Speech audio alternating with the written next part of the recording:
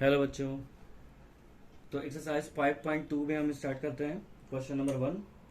Question number 1 का first part देखते हैं। दिया गया है cot x is equal to 12/5। cot x की वैल्यू है 12/5, जिसमें से x जो है वो थर्ड क्वाड्रेंट में है। x is in third quadrant, मतलब आपको थर्ड क्वाड्रेंट में ये दिया गया है। तो थर्ड क्वाड्रेंट कैसा होता है, देखिए ये फर्स्ट होता है, ये सेकंड होता है, ये थर्ड होता है, ये फोर्थ होता है। और मैंने आपको रूल बताया था ASTC का, ये आपको लर्न रखना है। cot x की वैल्यू थर्ड क्वाड्रेंट में पॉजिटिव होगी, तो पॉजिटिव तो दिया ही है। अब ये पूछ रहा है कि find the value of other 5 trigonometric functions. तो अदर वैल्यूज क्या क्या होंगी ये हमको फाइंड करना है। cot x की वैल्यू दिया है, तो हम यहाँ पे ट्रायंगल बना के बाकी सब वैल्यू निकाल सकते हैं।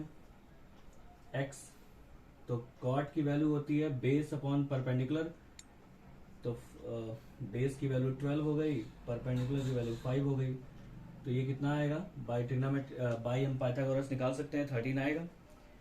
तो सबसे पहले हम साइन x की वैल्यू निकालेंगे। तो साइन x हो जाएगा परपेंडिकुलर अपॉन हाइपोटेन्यूज 5/13। और हम जानते हैं कि थर्ड क्वाड्रेंट में साइन जो है वो निगेटिव होता है, तो यहाँ माइनस साइन लगाना पड़ेगा। उसी तरीके से cos x निकालेंगे तो बेस अपॉन हाइपोटेन्यूज, और थर्ड क्वाड्रेंट में cos भी निगेटिव होता है। फिर tan x निकालेंगे तो ये तो 5/12 हो जाएगा और ये पॉजिटिव ही रहेगा। फिर sec x निकालेंगे तो -13/12 हो जाएगा। फिर cosec x निकालेंगे तो ये हो जाएगा -13/5। इस तरीके से हम सॉल्व करते हैं। मतलब ये है कि जिस क्वाड्रेंट के बारे में दिया गया है उस क्वाड्रेंट में वैल्यूज किस तरह की होंगी, इसका ध्यान हमको रखना है। क्लियर? चलिए नेक्स्ट क्वेश्चन देखते हैं।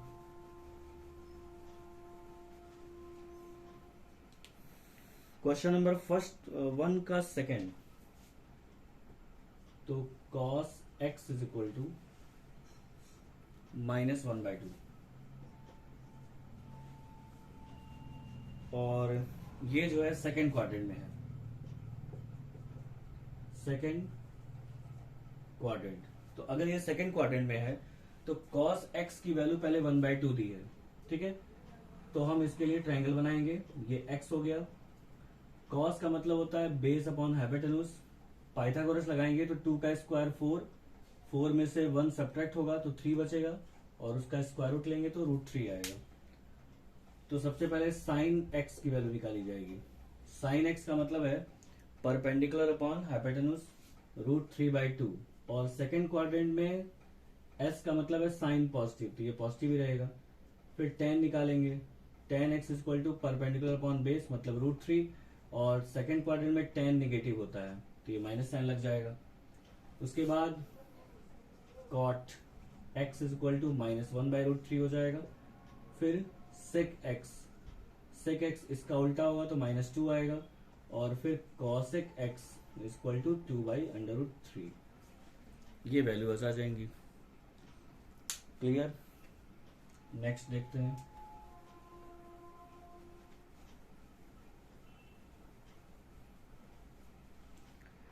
चलिए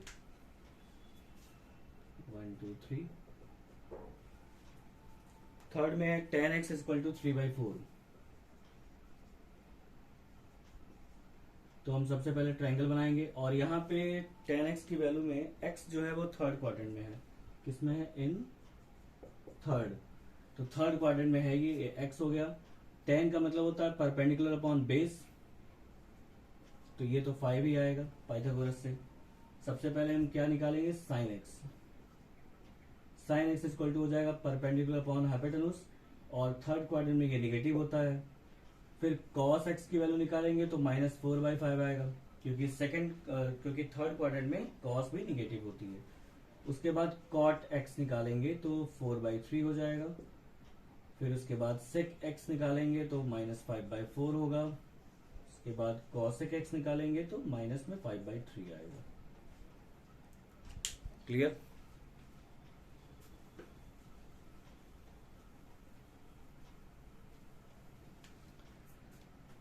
नेक्स्ट है फोर्थ,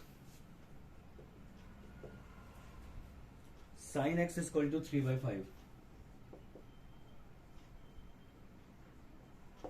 और x जो है वो फर्स्ट क्वाड्रेंट में है। तो फर्स्ट क्वाड्रेंट में तो सभी के सभी पॉजिटिव होते हैं। सबसे पहले हम ट्रायंगल बनाएंगे x के लिए, और ये है परपेंडिकुलर अपॉन हाइपोटेन्यूज, तो ये 4 आएगा। तो cos x की वैल्यू 4/5, tan x की वैल्यू 3/4, cot x की वैल्यू 4/3 और sec x की वैल्यू 5/4 और cosec x की वैल्यू 5/3। ये आएगा आंसर, सिंपल। चलिए नेक्स्ट क्वेश्चन पे बढ़ते हैं। नेक्स्ट क्वेश्चन में साइन एक्स की वैल्यू दिया है 12/3।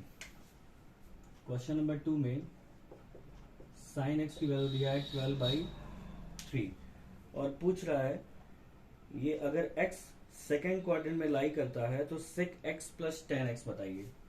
ये x जो है सेकेंड में है, सेकेंड क्वाड्रेंट में है, तो sec x plus tan x क्या होगा।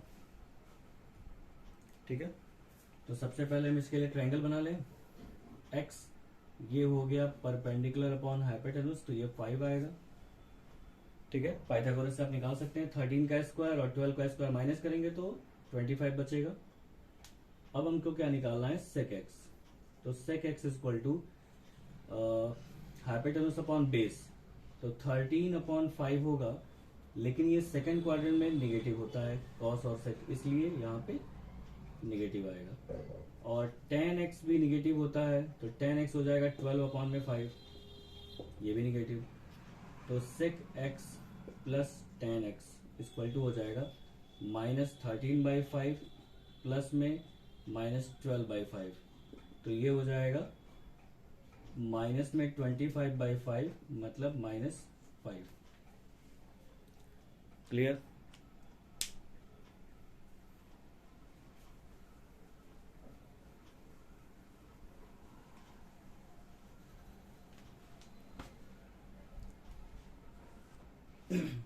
चलिए क्वेश्चन नंबर 3 देखते हैं। क्वेश्चन नंबर 3 में दिया गया है sine x is equal to 3/5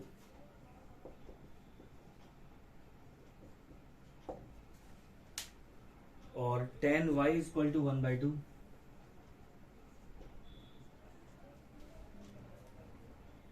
और कह रहा है कि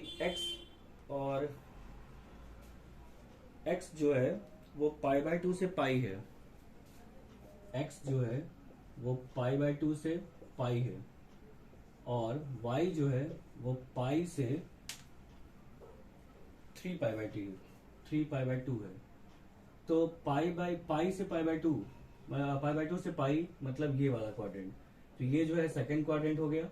x जो है वो सेकंड क्वाड्रेंट में है और y जो है पाई से 3π/2 के बीच में है, मतलब ये वाला, तो ये हो गया थर्ड क्वाड्रेंट। ठीक है, आपको क्वाड्रेंट को पहचानना है।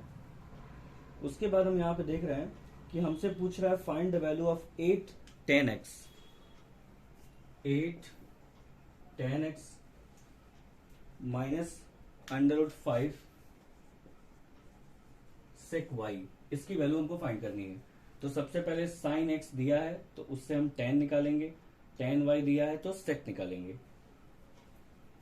तो इसके लिए अगर ट्रायंगल बनाएं तो परपेंडिकुलर हाइपोटेन्यूज ये बेस हो जाएगा, तो यहां से tan x की वैल्यू आएगी परपेंडिकुलर अपॉन बेस, लेकिन ये सेकंड क्वाड्रेंट की चीज है तो यहाँ पे tan निगेटिव हो जाएगा।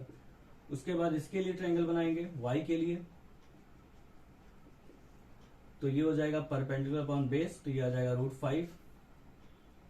ठीक है, 2 का स्क्वायर और 1 का स्क्वायर जोड़ देंगे तो √5 आ जाएगा पाइथागोरस से। उसके बाद हम यहाँ पे देखेंगे sec y कितना होगा। तो sec y का मतलब है हाइपोटेन्यूज अपॉन बेस, तो √5/2, लेकिन ये जो है ये थर्ड क्वाड्रेंट का चीज है, तो थर्ड क्वाड्रेंट में sec और cos नेगेटिव होते हैं तो ये माइनस हो जाएगा।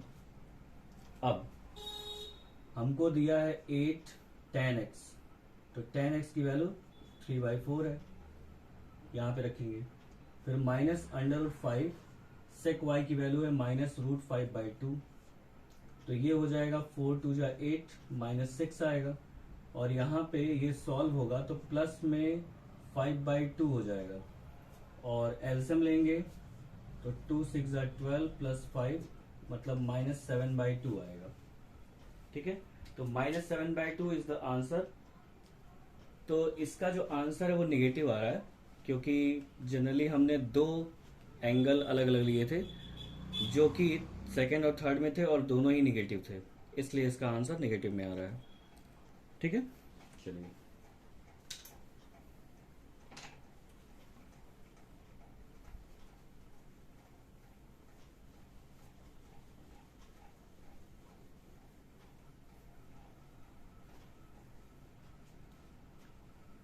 चलिए नेक्स्ट देखते हैं। Question number 4। क्वेश्चन नंबर 4 में कह रहा है sine x plus cos x equal to 0, और x जो है वो फोर्थ क्वाड्रेंट में है। x जो है वो फोर्थ क्वाड्रेंट का है, तो हमें साइन एक्स और कॉस एक्स की वैल्यू बतानी है। यहां पे सबसे पहले हम क्या करेंगे, ये इधर जाएगा तो माइनस कॉस एक्स हो जाएगा, फिर कॉस एक्स से दोनों तरफ डिवाइड करेंगे तो साइन एक्स अपॉन में cos x equal to minus cos x upon में कॉस एक्स, यहां से कट के 1 हो गया, तो ये हो गया tan x इक्वल टू -1। अगर tan x की वैल्यू -1 है मतलब tan x की वैल्यू 1 है, तो 1 और 1 ये भी हो जाएगा। तो tan x की वैल्यू अगर 1 है तो ये हाइपोटेन्यूज √2 आएगा पाइथागोरस से। तो साइन x की वैल्यू क्या आएगी, परपेंडिकुलर अपॉन हाइपोटेन्यूज मतलब 1/√2, और cos x की वैल्यू क्या आएगी, पर बेस अपॉन हाइपोटेन्यूज 1/√2। लेकिन यहाँ पे ये जो x है वो फोर्थ क्वाड्रेंट में है, इसलिए साइन x नेगेटिव होगा और cos x पॉजिटिव होगा, क्योंकि ASTC के हिसाब से फोर्थ क्वाड्रेंट में cos पॉजिटिव होता है। ठीक है, तो आई थिंक आप लोगों को समझ में आ गया होगा। इसके आगे हम नेक्स्ट क्लास में कंटिन्यू करेंगे। Okay, thank you.